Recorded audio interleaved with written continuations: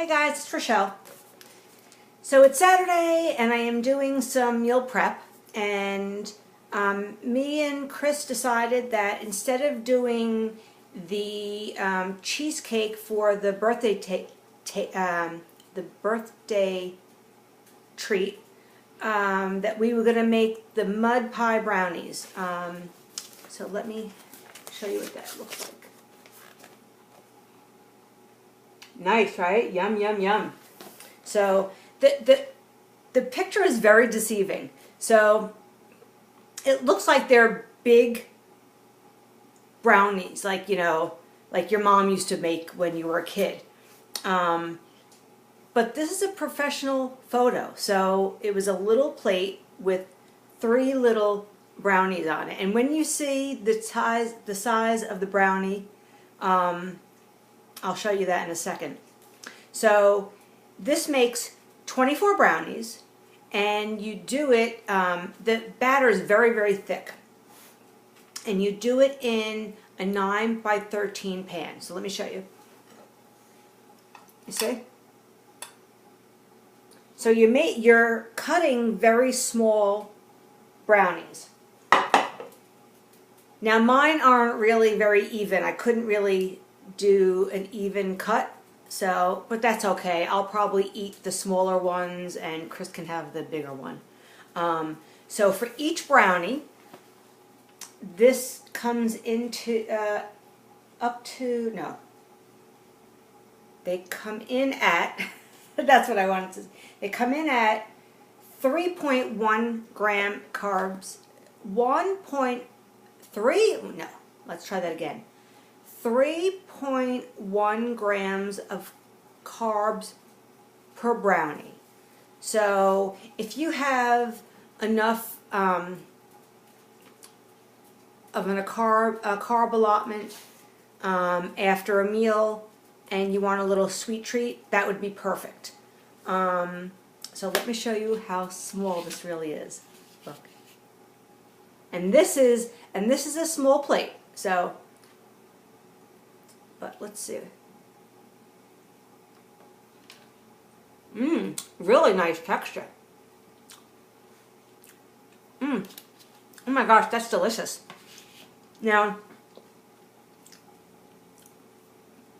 I was a little concerned at first because normally I cut down on the sweetener because we find that the baked goods that I make are a little too sweet for us. So this calls for 1 cup of granulated sweetener. And I think this time I had a mixture of monk fruit and Swerve, because that's just what I had. Trying to use it up.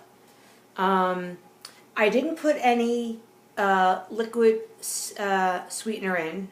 Sometimes Christy uses this to balance out the cooling effect from some of the sweeteners.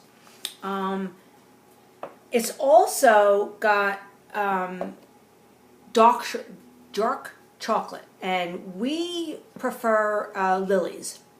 So normally if I'm doing baking with dark chocolate, I use the chocolate chips, but I couldn't find them and I didn't want to order them yet, so I ordered some bars because I wanted to have some things that I could do with milk chocolate.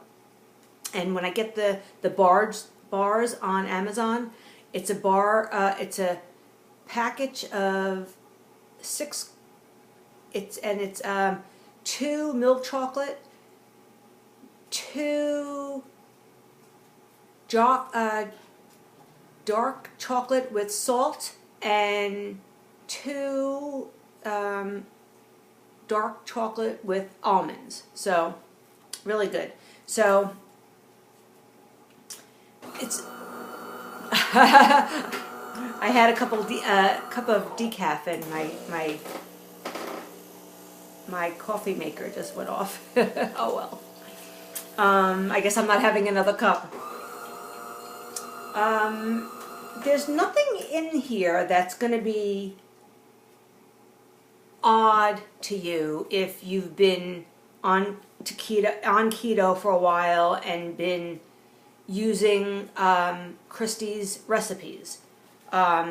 It's the usual for the baked goods, right? It's almond flour, oat fiber.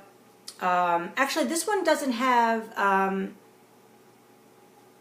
Isopure, but a lot of her baked goods do. So, but I guess this doesn't need to be really that type of consistency. This was more fudgy, yeah. So this is a really good recipe. I really like this. It's crumbling just a little bit, but I think that's because I didn't really wait for it to cool off completely. I couldn't wait to try them. I hope Chris likes them, because that's going to be, I'm going to have to freeze a bunch of these. I hope they, let's see. Christy has a legend here. You see? So when you see the snowflake, it says that these freeze well. I forget what the others are. I have to look. I don't know. But I would definitely, I would use these, I would make these like to go to somebody's house for dessert. Actually, friends of mine just started keto about a month ago, and we were unsure if I was going to be able to go to their house tonight. But if I did, I would have made these and brought some with me for them. And I would probably do things like the jalapeno poppers or the blueberry muffins or stuff, you know, stuff like that, to introduce them to some things that I'm eating and I'm enjoying. Yeah, my friend even asked me, you know, about things like coconut sugar and things like that, and that's not a good option. You need something like erythritol or monk fruit or something like that that's not going to add to the carbs. I think the sweeteners that we can have and not have trouble with, and I don't have any blood sugar issues, so that's, you know, something that you have to check on your own, especially if you have type 2 diabetes. I do not. But we can safely have stevia, erythritol, I can't say that, erythritol,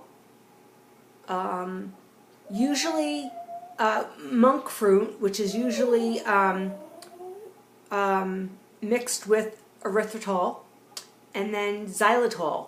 But I don't get xylitol in the house because that's deadly to dogs, and if little Sabrina gets into something, I would never live with myself. So anyway, I don't see that there's anything on YouTube with this recipe, but that doesn't mean it's not out there. So Christy has, other than her 3 books, right? A Journey Worth Taking, Day by Day, and Keto Gatherings. Day by Day is like a manual. It really shows you how to do keto, and it has some great recipes as well. I'm actually making one of the recipes from Day by Day to use later in the week. So when I have that, I'll make the video for it. But I say give this a try. I mean, It's not overly sweet, and you could always up the sweetener, right? So I did half a cup instead of 1 cup, and I didn't add any liquid sweetener. And for me, that's stevia. So I kind of like that a little. I like the dark chocolate taste, so that really complemented that very well. So yeah, give it a try. Let me know how it goes. You know, go on Christy's Facebook page. I think it's, now I can't remember. Her YouTube channel is Cooking Keto with Christy, and there's a ton of recipes there. So even if you don't want to get any of the cookbooks yet, and you want to try out some of her recipes, go to YouTube and check it out. Before I even had one cookbook, I made many recipes right from her. Oh, I was like, what do I have cooking? It's not, it's the dishwasher. So I made many recipes before I even got any cookbooks. So it's really worth it to check it out. So, all right, I'm going to go finish my meal prep, and I'll talk to you guys soon. Have a great day, guys. Bye.